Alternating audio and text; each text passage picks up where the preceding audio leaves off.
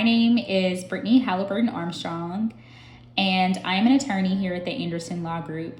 I wanted to take a minute to come on and just share a little background of myself, who I am, as well as when and how I connected with the Anderson Law Group. So originally, I am from Houston, Texas.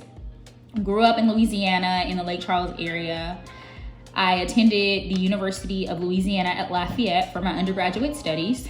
There, I majored in public relations with a minor in communications, and I also pledged Alpha Kappa Alpha Sorority Incorporated during my time there. Following undergrad, I moved back to Houston, and after being in Houston for about 2 years, I finally stepped out and followed my dream of applying and attending law school. So in 2013, I enrolled at Thurgood Marshall School of Law at Texas Southern University, and I graduated with my Juris Doctorate from Thurgood in 2016. I love God. Other than being an attorney, I'm also a published author. I'm an avid decorative planner. I love and I also plan and coordinate weddings and events, as well as being a wife and a boy mom. Let's hop into it. A little bit more about me and my legal background. When did I decide that I wanted to be a lawyer? It's a funny story. It's kind of bizarre. It's kind of like, did she really know she wanted to be a lawyer?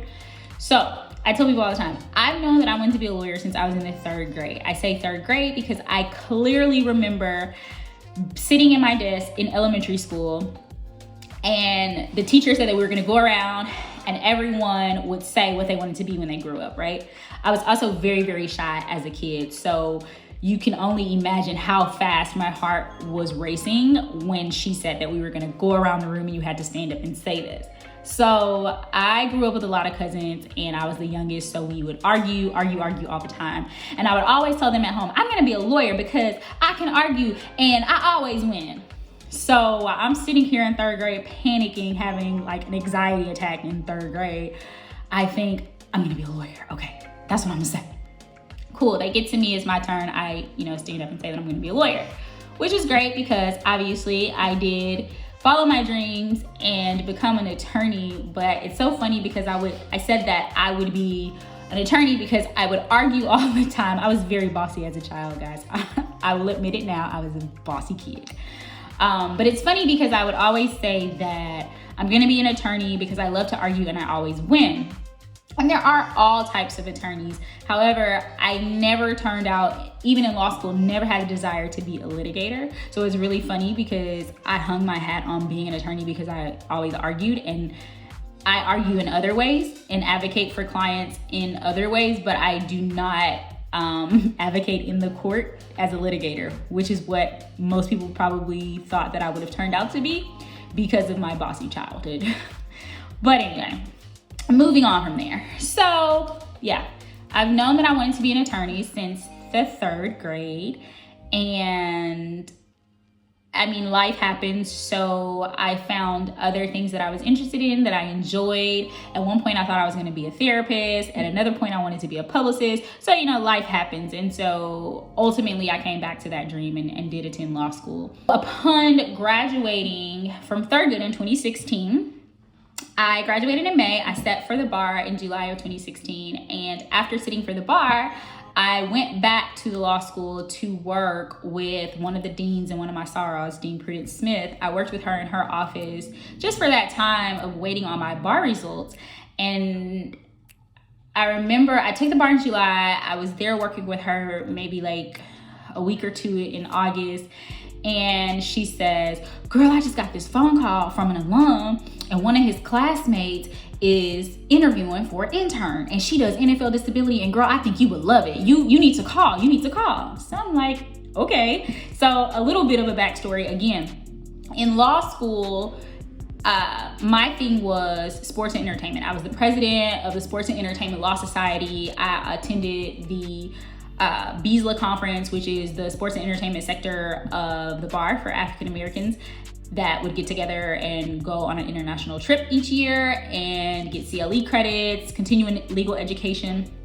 and just kind of network and meet other attorneys that are in the sports and entertainment industry. So I was all about sports and entertainment. However, anybody would also tell you or tell me as a law student that it would be hard to become a sports and entertainment attorney in Houston because the market isn't there, and that I should go to LA or that I should go to Atlanta or New York. And so that, you know, that's a little disheartening. It did not make me shy away from it, but it just wasn't on the forefront. At that moment in life, I was thinking, did I pass the bar, right? I wasn't even really thinking about what industry I would go or what area of practice I would go into. It was just more so, did I pass the bar? So, you know, when she got this phone call and she tells me like, you need to call. So I call the alum that told her about it, and I met with him, and he was like, yeah, I'm gonna set you up with her. You know, she's about her business. She's a really smart woman. I mean, she's really doing her thing with this NFL disability. Okay, great. So I called her. Her is Nasisha, Cece. So I called her and, you know, we talked. We set up a time for me to meet her at her office so she could tell me a little bit more about what she was doing at her firm, and I could tell her a little bit more about myself. I did not meet her office. Back up. It's been some time, y'all. Okay, back up. We met at this Chinese restaurant, which I went back to that Chinese restaurant and ordered to go like 3 times after that because it was the best fried rice ever. I don't remember the name of it, but we met at this restaurant and we're talking and instantly there was a connection, and she was like, you know, if you're ready, I'm ready. Let's do this thing. Boom, we got married. I think maybe the next day or the next week, I went into the office, learned some of the ropes on how things would go, and we just, you know, continued on from there. So mind you, this was August. Bar results don't come out until November. This was 2016. So I'm working there as an intern a couple hours a week at the office, primarily working on NFL disability cases. But the work that I was doing was very minimal. It was a lot of like prepping the cases so that whenever they were ready to be filed, she would just go in and complete everything that needed to be done, right? I was just an intern. So now almighty November rolls around and everybody's whispering about when bar results would come out. So I go to work that day, and I'm sitting there and I'm all nervous and I'm refreshing my phone, and I'm just like, okay, did I pass the bar? I don't know. Some people are saying they've gotten emails and they've gotten this, they've gotten that. I haven't gotten anything. I'm like, I don't know what to do. Refreshing the page. The umpteenth time that I refresh the page, the list pops up. Okay, so when I say the list, on the Texas Bar, State Bar of Texas website, when they publish the list, it comes up with like the alphabet at the top, and there's a bunch of other steps you have to go through. But anyway, when you get to the list, there's the alphabet at the top, and there's all the names start, right? My last name at the time was Halliburton. So I get there and I start scrolling, but I mean, this is the whole state of Texas, right? There's a lot of names. And then I'm like, what am I doing? Now, also at this time, I've been panicky all morning, but when that page refreshed and the list was available, I didn't say anything to anybody in the office. I was in the office with 2 other people. I didn't say anything to them. So now I'm scrolling and I'm like, what am I doing? Let me just go back up to the top and hit H. I go back up to the top, I hit H, and the H's pop up, and I'm scrolling and I'm like, oh my God, I passed. So I start screaming, right? Like, even telling you all the story right now, I'm getting chills because it's like, oh my God, my name was on the list. I passed. And passing the bar is one of those things where it's like, it's never that you don't think that you won't pass, but you don't think that you will either. So there's excitement when you pass, and it's not out of the fear that you didn't. It's just like, oh my God, I did it, right? So I start screaming. The other 2 ladies in the office are like, oh my God, what happened? And I'm like, I passed the bar. So everybody's excited. So the other young lady working in the office called Cece. I call my mom. I'm like, I passed. We shut down the office that day to go celebrate, and I came on as an attorney November of 2016 at the Anderson Law Group. Literally the rest of it is history. We've been working together. The chemistry has been great. The opportunity has been most certainly a blessing, just because I do know stories of others when it comes to, you know, the work field and the force of locating a job after passing the bar. It's not one of the easiest things, and not having to go right out and go solo, as a lot of people tend to say that we have to. It was definitely a blessing. And so I'm very grateful and thankful and just happy to have been made a part of the family and to still be a part of the family to this day, even as life has continued to happen. So that is why I went to law school, why I decided to be an attorney, how I connected with the Anderson Law Group. Lastly, I will share with you all one of the craziest cases that I think that I've seen in my short time of practicing. This is kind of hard because as an attorney, you see a lot of things. So it's like thinking of something that was very, very, very interesting.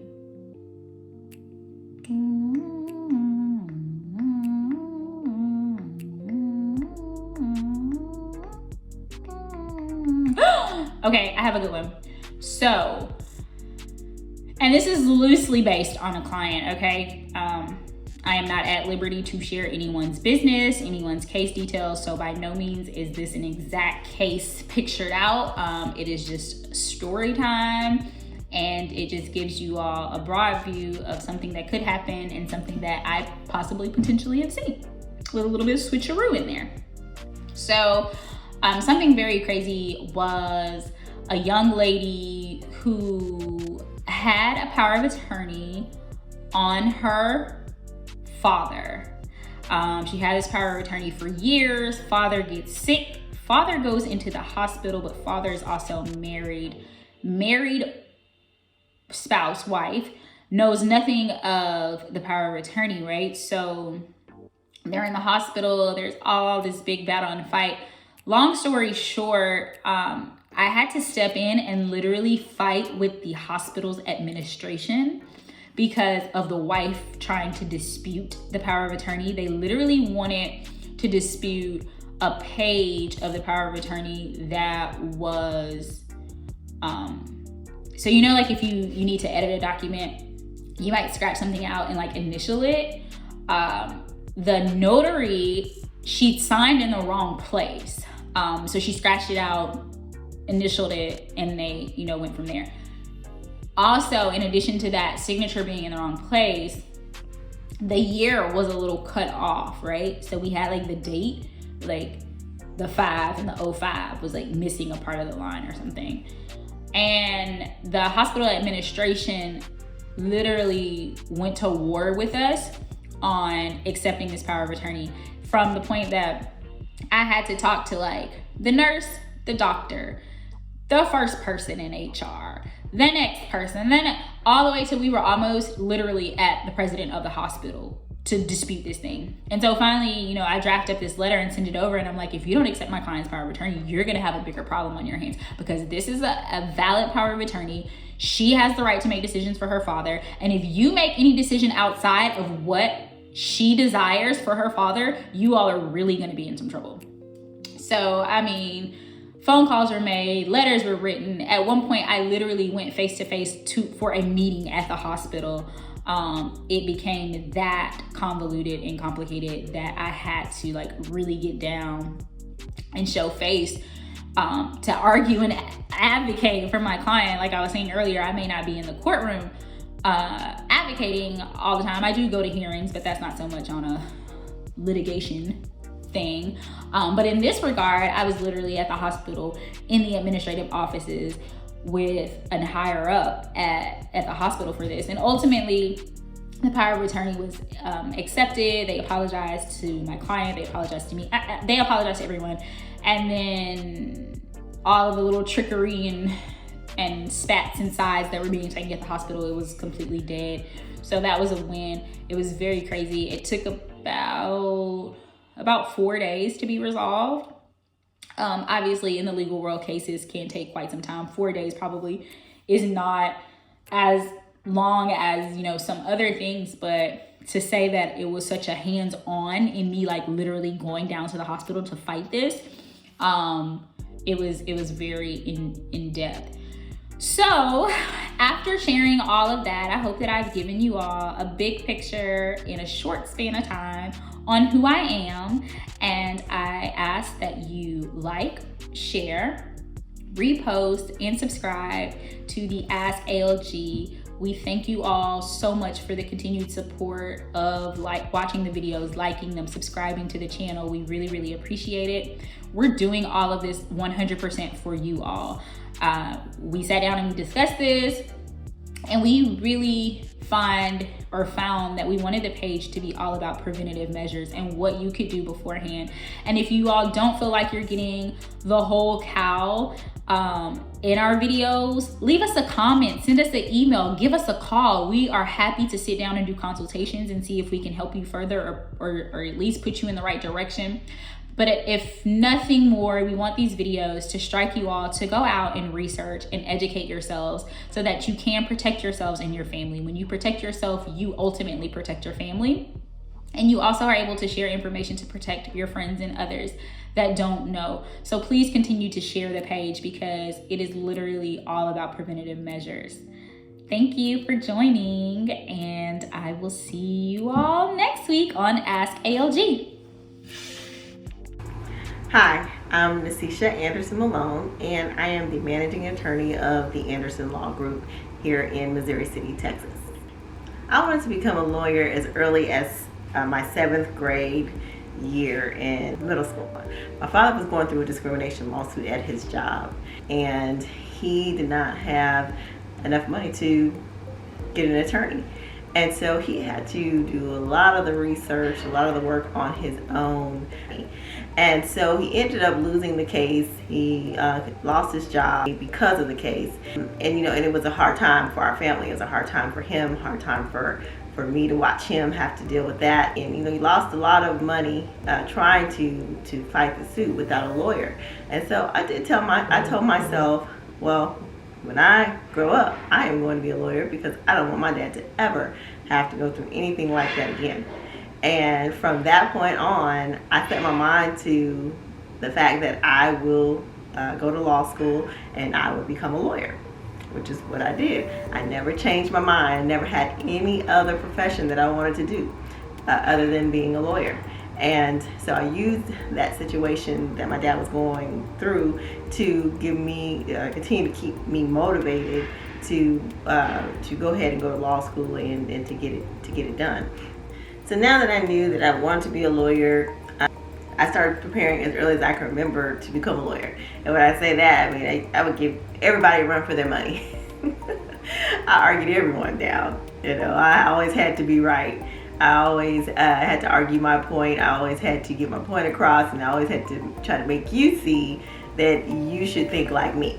I started at an early age, and some of my friends and probably my husband watching will probably say that I still do that to this day. But I've learned how to do it in a way that is more helpful rather than argumentative, because that's what I was labeled as when I was younger. Oh, you're just so argumentative. You just always want to argue. And I used to say, well, isn't that what lawyers are supposed to do? Well, I don't care what you say. I'm going to continue arguing because I got to get ready to be a lawyer. Graduated from high school in 1994 from Cordova Senior High School. I played softball. I ran track. I even played I played basketball for a second, but of course I'm a little bit too short for that. So I stuck with my softball, and I stuck with track for at least 1 year. I regret track, not going through track to this day. And I tell my daughters all the time that my dad tried to get me to stay in track. I was one of the fastest runners on the team. And I'm like, no, I don't want to run track. I want to play softball because my best friend was playing softball. And so I wanted to be, playing with her. And I was actually really good at it. I was a starter. I was lead off. I was pretty quick. The center field, but where the real money was for college for a black girl at that time was track, So, but I didn't know that, and I didn't listen to my dad. I did what I wanted to do. And I'm not saying that I regret my life, but I know my life would have been a little different. Had to take out student loans, get grants and things like that. Whereas, if I would have just listened to what he told me to do, I would have had probably a full ride scholarship somewhere and had a little bit more money in my pocket. during school and even after. So, you know, that was a lesson learned. But I still, like I said, even no matter what I was deciding to do, whether I was going to play this sport or that sport, still never wavered from the fact that I was going to be a lawyer and I was going to help my dad. Left high school, graduated in 1994, and I can tell you this right now. I didn't have anyone guiding me on what college to choose or going on college trips and visits and researching colleges. I had not one person tell me anything, give me any guidance on it, because at that time, you know, that's just not what was going on. You know, so I did the research on my own, and actually had a friend that went to high school with us. He graduated a year before we did, and he used to always come back and say, hey man, I go to Prairie View A&M University, great college, you should come, you know, you should go. And he would always talk about it, and I was like, Prairie View sounds good to me, and it's in Texas. Oh, I have an aunt that lives in Texas. I'm gonna go there. And that's how I chose Prairie View A&M University. I didn't apply for any other college, only applied to Prairie View. And of course, I got in. Went to Prairie View in 1994, majored in political science. That was the beginning of my journey to becoming an attorney. When it was time for me to graduate from undergrad at Prairie View A&M University, I still didn't have really too much guidance. I'm the first one in my family to actually go to a university and graduate from a university. So I didn't have anybody to go to and say, hey, you know, what should I do for college, or, you know, how do I look for schools? I didn't have any guidance. I was the test dummy for everyone. And so I figured it out on my own. I went down to Prairie View all by myself, you know, checked myself into the dorm and registered for school, got the grants, and I mean, I just started going. And from then on, then I was able to be the one to help everyone and give them advice and give them some insight on college. So that was a, you know, good accomplishment for me, because I was able to reach back and help my cousins and talk to them and, you know, give them an example on you know, what it's like to go to college and what do you have to do to get into college. All right, so when I was going to apply for law schools, you know, first thing, I had to kind of do the research on my own. And I didn't have anyone guiding me on that. I had to research what I needed to do to get into law school. So I found out that I had to take an LSAT. Didn't take a prep course, didn't ask any, you know, didn't talk to any of my professors or anything about it. Just went in there and took the test. And didn't even think about what score I needed to have to get into a law school. And I know I wanted to be in, somewhere in Texas around this Prairie View, you know, vicinity. And so I went ahead and I applied to Thurgood Marshall School of Law. And again, I only applied to one college. I didn't even try to go to like a Howard University or a UT or anything like that. I just didn't do it. I just applied to one school and got it. There was no debate on, oh, should I go to this school or that school, or talking to my family or my dad or anybody about where I should go. It was just like, okay, this decision I'm making, I'm going to Thurgood, and that's it. Going to Thurgood Marshall School of Law was probably one of the best decisions that I had ever made, because you know, the school was laid back. You know, they gave you an environment that you can learn in and you can network in and study in, but it was also still a college. Whereas what I'm hearing a lot of people, that some of my colleagues that went to other law schools, there was no college life environment in the law schools that they went to. They basically just went to class, went home, went to class, went home, studied, went home, you know. But when I went to Thurgood, it was still like undergrad. And so I really liked the fact that I pledged Delta Sigma Theta sorority my last semester of college. I didn't get a chance to, you know, really bond with my sorority sisters and enjoy the things on campus that a lot of them got to enjoy, because I, you know, crossed Delta in April, and in May I graduated. It was over. So the good thing about it, and I didn't even have this in mind, was that I was able to go to Thurgood Marshall School of Law, which is Texas Southern University, which is right down the street, and I was able to still, you know, bond and still get to know my sorority sisters that I, you know, crossed Delta with, and I still got to get that college experience. Well, come to find out, I was actually good at what I was doing. I was good law. Didn't even know it.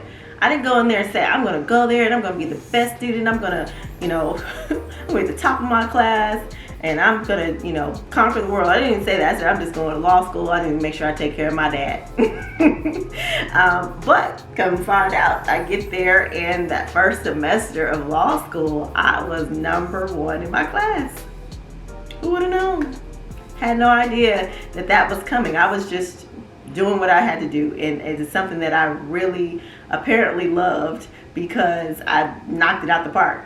First semester, I was the one. I was that number 1 student in my whole entire entering class. So that was a great accomplishment. I loved that. Actually, by the end of the year, I was still number 1.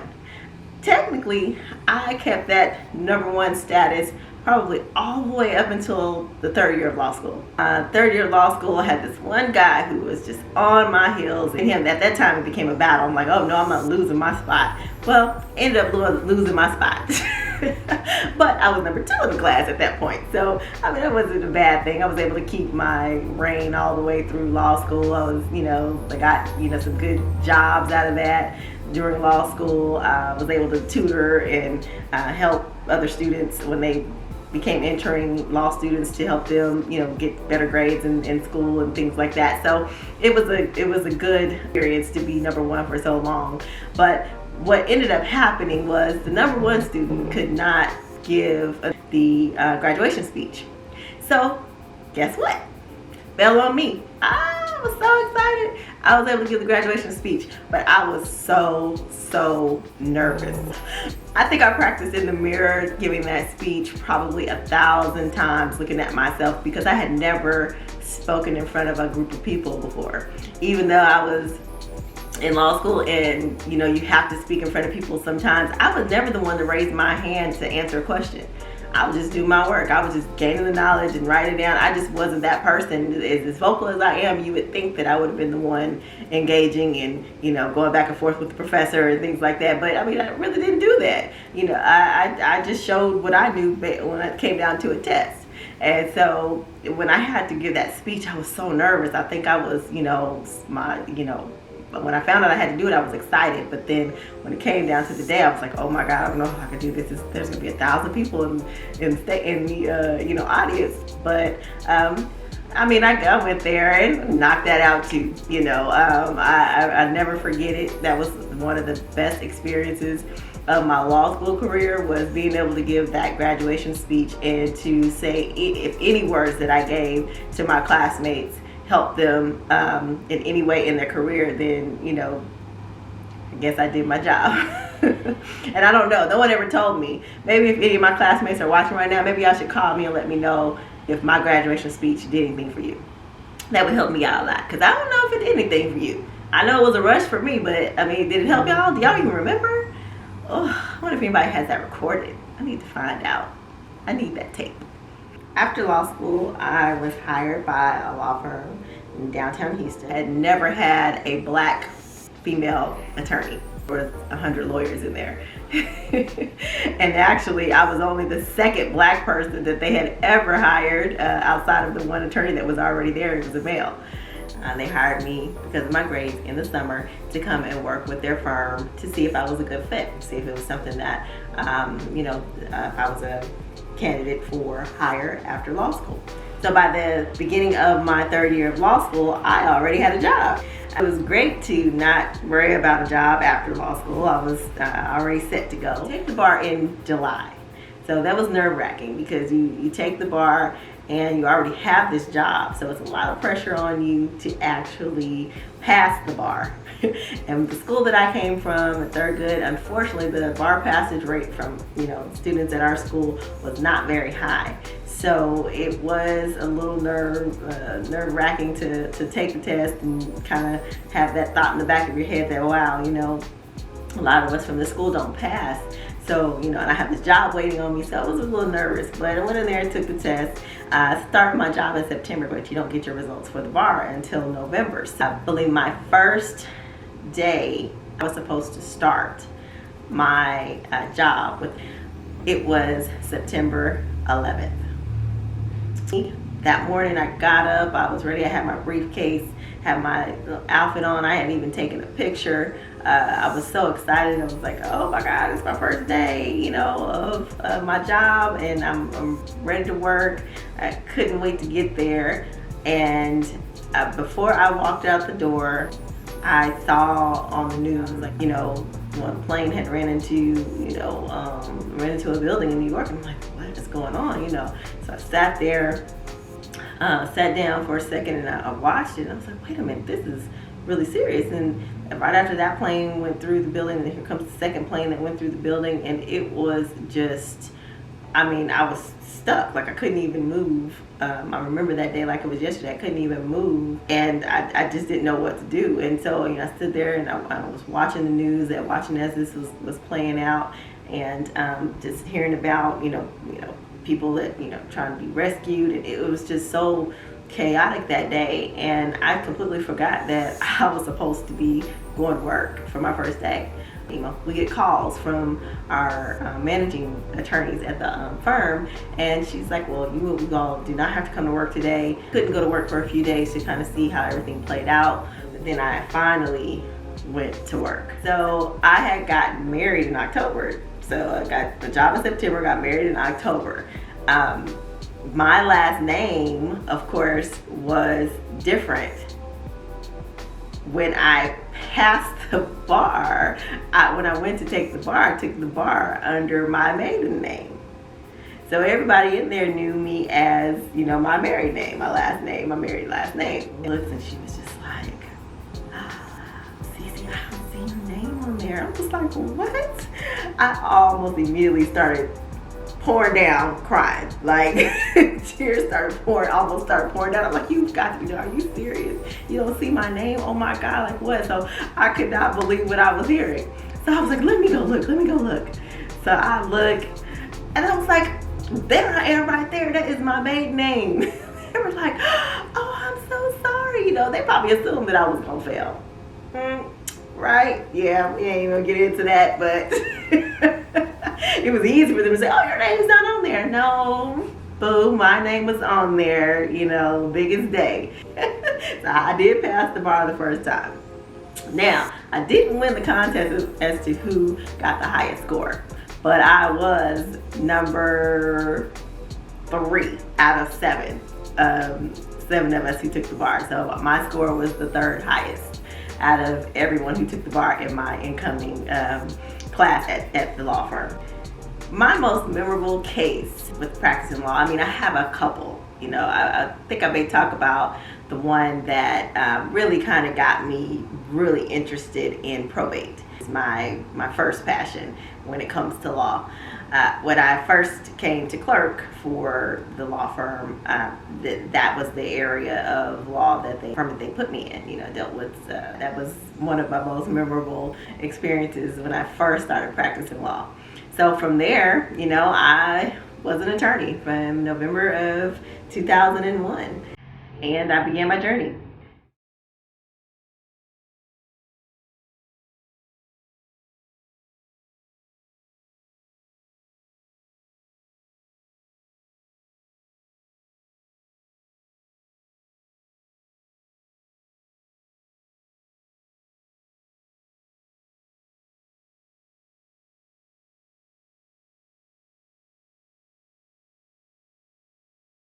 The first case that I got put on was this huge probate case where this doctor passed away and he left some children.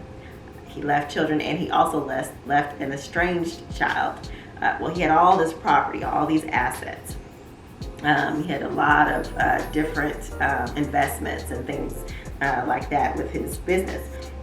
And he left a will.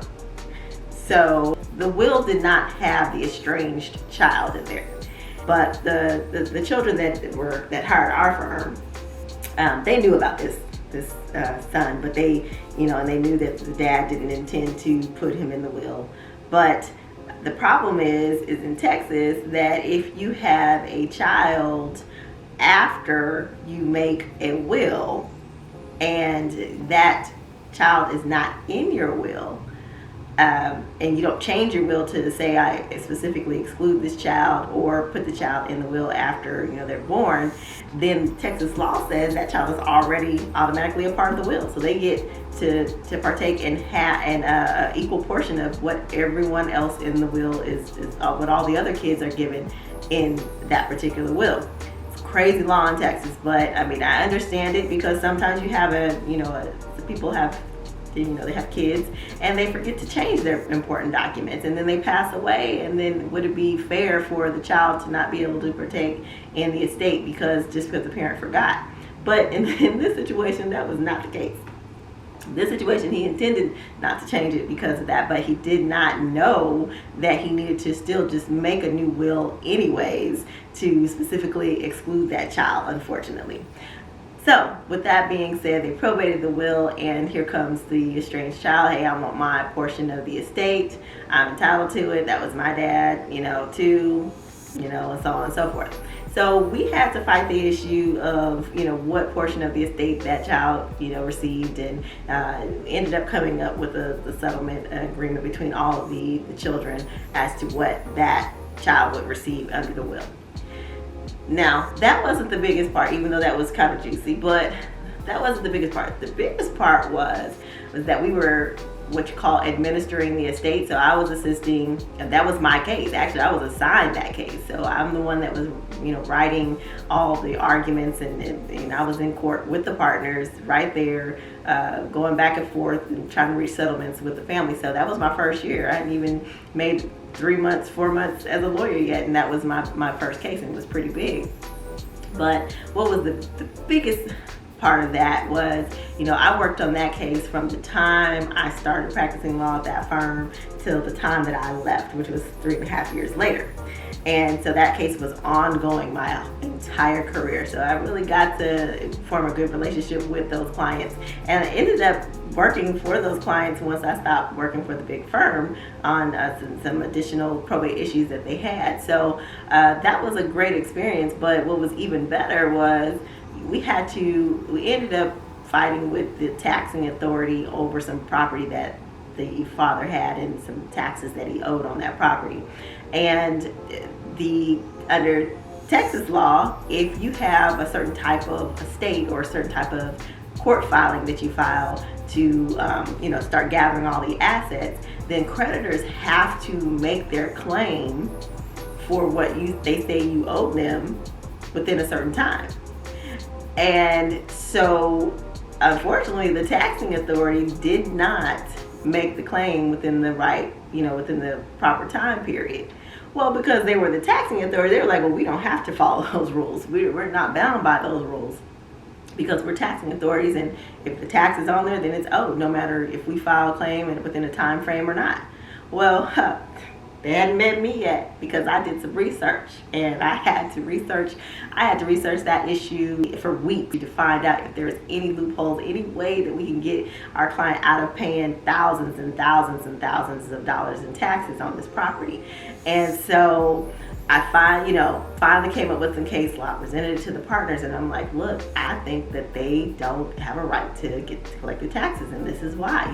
I had to convince the partners that my position was right. Like, this is what the case law says, this is what the statute says, and I think that we have a way to save our client from having to pay those taxes, even though that might not be the best scenario, but with all the penalties and interest and everything that the state taxes on, but that's not the case. The whole issue was that we're not talking about whether he paid his taxes or didn't pay his taxes. We were talking about when he passed away, did the creditors properly go and try to collect the money on the property that he owned? And the answer ultimately ended up being no. We had to take this case all the way to the Supreme Court. And I'll never forget, I ended up, I got, pregnant with the twins during this time this case was going on while I was working at the firm. And I was working on the brief. I was, drafting the brief, redrafting the brief, meeting with the partners, doing research. And, went through the appeals, the court, and that ended up getting, I don't know if we won or lost at the appeal level, I can't remember. But we may have lost at the appeal level, and we ended up appealing to the Supreme Court. And I prepared the brief. I did the brief, I did the research, I presented it to the partners.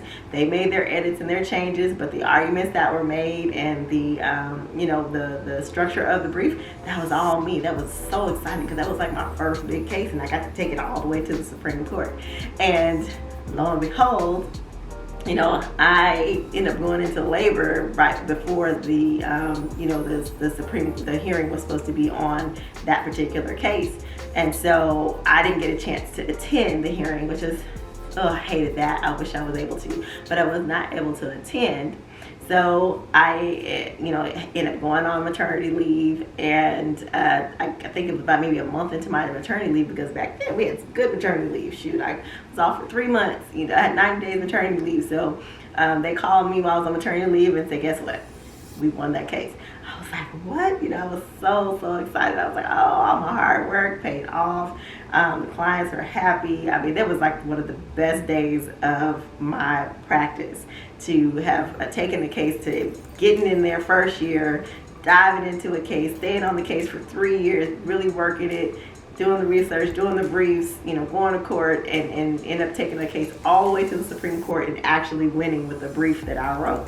As I told you before, I had my twins during that time, and it was a lot of work. It was dealing with two babies at the same time, and there was demands on me at work on how many hours I had to bill every year, and every month I had to have so many hours, I had to work so much time.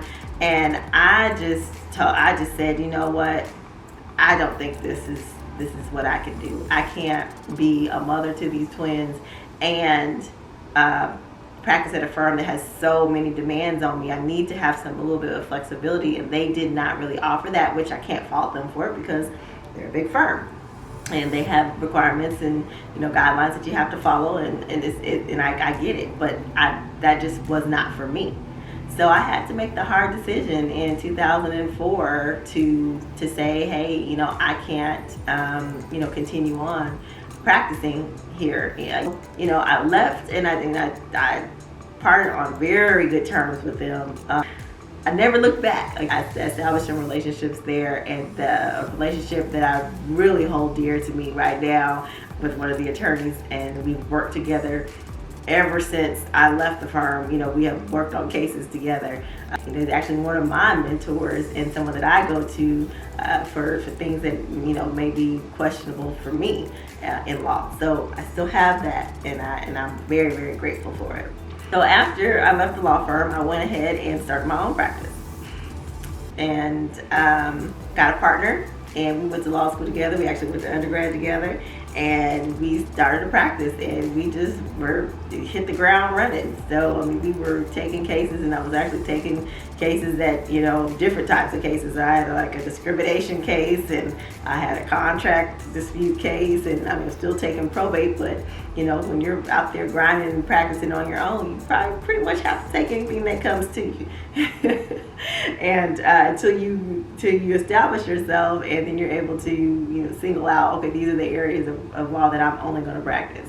So did that for about 3 years with the partner, and we were grinding it out. We were making a name for ourselves. And then after those 3 years, we just decided that we were going to just part ways. We still continued to work on cases together. So after I broke off from my partnership with my colleague, then I had my own practice. And that started from 2008 up until the present time. One of the things that kept me going was I always look back to the reason why I started practicing law. And I look back and I say, my dad was the driving force behind my decision to start practicing law, because I have to make sure that, what happens to him doesn't happen to him again without a lawyer, and it doesn't happen to other people, because I saw the need for someone to help. And if I could just be a pro bono lawyer and just help people all day, I think I would. I'm not even big on the money. I just like helping people. Not only did I take the Texas bar that first year, of course, out of law school and pass it, that next year I went and took the California bar. Me and my friend from the firm, was my buddy, we went down there and took it together, because I said to myself, why would I go and get a law degree with using my dad as my motivation to do it because of his situation. He lives in California, and why would I go get a law degree and not be able to practice in California? That doesn't even make sense. So as grueling of an experience as it was to take 2 bars 2 years in a row, because it was a grueling experience. It was rough. I went back that second year after my first year and took the California bar and passed it on the first time. So, I always look back at the reason that I started practicing, which was, because of my father. And so that always gave me the drive and the push to continue going, because there's been times when I wanted to stop. There's been times when I said, I'll just go teach. That was easy, fall back for a lawyer, because you can go teach in law school, you can go teach at a junior college, it would have been an easy thing. But, I just couldn't give it up. I loved helping people. I loved getting good results for people. And I just love to be that person that, if you have a question, if you have something, a legal issue that you have going on and you're not sure of how to handle it, I like being that person that was the go-to and to give people answers when they needed them. So I just kept going, and I used that all the way through my practice. And I have helped my father. Going into this 20th year, which is this year now, I say that I want to retire, but I don't know that I could ever just truly retire from the practice of law. And now, 20 years, I want to go ahead and focus on some other things that I want to do with my career, and it's all going to, of course, tie back into the law somehow for me. But I want to do something a little different. There's so many people in my life that have helped me get to this point. I couldn't have done it on my own. There's no way. From family to friends to instructors that really helped me get to where I am. And one thing I can say to you right now, watching, if you're trying to decide and try to figure it out, I always find that one thing that's your motivation that you can pull from. I'm going to pull from this situation to ensure that I can get to my next level. And that's all what it's all about at the end of the day. Taking myself back to where I came from helps me repurpose things and helps me, see life in a different light. Just kind of going back over things and some things that I had to bring back up and I had forgotten. Like, I forgot that they thought I failed the bar. I forgot about that. But as I start to talk about it, all that is part of my journey. All that is part of who I am and the reason why I am the way that I am. And so, I don't discount any of it at all. And it's always good to go back and figure out, why am I here? How did I get here? And where I'm going from here is we're starting out this year with, giving the knowledge. That's my whole thing, giving the knowledge and preventative measures for our community. I can help prevent you from having to come to me as an attorney or having to go to another attorney. I'd rather do that than to have you mess up and then need an attorney, because I feel like knowledge is power. There's a lot of things that I didn't know in my journey. There's a lot of things that I had to learn on my own. And I don't regret it, but it would have been nice for somebody to sit me down and tell me, hey, this is what you can do. This is where you can go. This is how you can apply for this, scholarship and this grant. And, I wish there was someone there to tell me those things. So now that I have the 20 years worth of legal knowledge that I've been able to accumulate over, over this time period, I want to give it back. The biggest problem that I see in our community with, having a lack of knowledge with regards to legal matters is in the area of probate and estate planning. Man, I don't know how many times that I have gotten a case where a loved one passed and the family members come to me and say, oh, well, mom said that I could have the house and that she was going to give Johnny over here, her Cadillac. And so we just want to go ahead and draft up the papers to do that. And I'm like, it does not work that way. When someone passes away, there is an order of things that have to happen in order for you to be able to gain assets or get assets that the person who died left. Sometimes you're not even entitled to those assets, but under Texas law, if there was no will left. And it's always, people in the Black community who don't know. And I hate to see that. I hate to see that, we're walking around with this lack of knowledge when all I could have done, or with all any other attorney could have done, is just, did a video and said, hey, before you pass away, get your will, because you want your wishes to be, carried out after you pass away. You don't want your family fighting. You don't want your assets to, go to the state because no one knows that they're there. You want to have a plan in place. I want people to know that probate is not a scary thing. Don't be scared of probate. Don't be scared of estate planning, because a lot of us think that, oh, if I talk about my will, then that means I'm saying I'm going to die. Well, I'm sorry to tell y'all, but everybody is going to die. Ugh, sad. Hate to say it, but it is the truth. You just don't know when that time is going to be. I don't know my time. You don't know your time. So the best thing that you can do for yourself is to be prepared. And that's what we are, that's what our mission is at the Anderson Law Group this year, is to make sure that people are prepared. And I mean prepared for whatever. And you'll be seeing these videos from us to where we are giving out free information. We don't even want you to come into our office. We just want you to know it and, take it for, what it's worth for you. And then if you do need services, you can seek your attorney in your area, or you can contact us, however you want to do it. But we just want you to know, so that there will be no misunderstandings going from this point forward. I thank you all for joining me. I thank you all for tuning in to our channel. Please be on the lookout for all of the good information, the legal tips, and the guidance that we're going to be giving throughout the year. It's going to be good, and it's going to be something that a majority of people need to hear. I hope you like this video. Please comment, please subscribe to our channel, turn on your post notifications so that you know when we drop a video, and I will see you next time.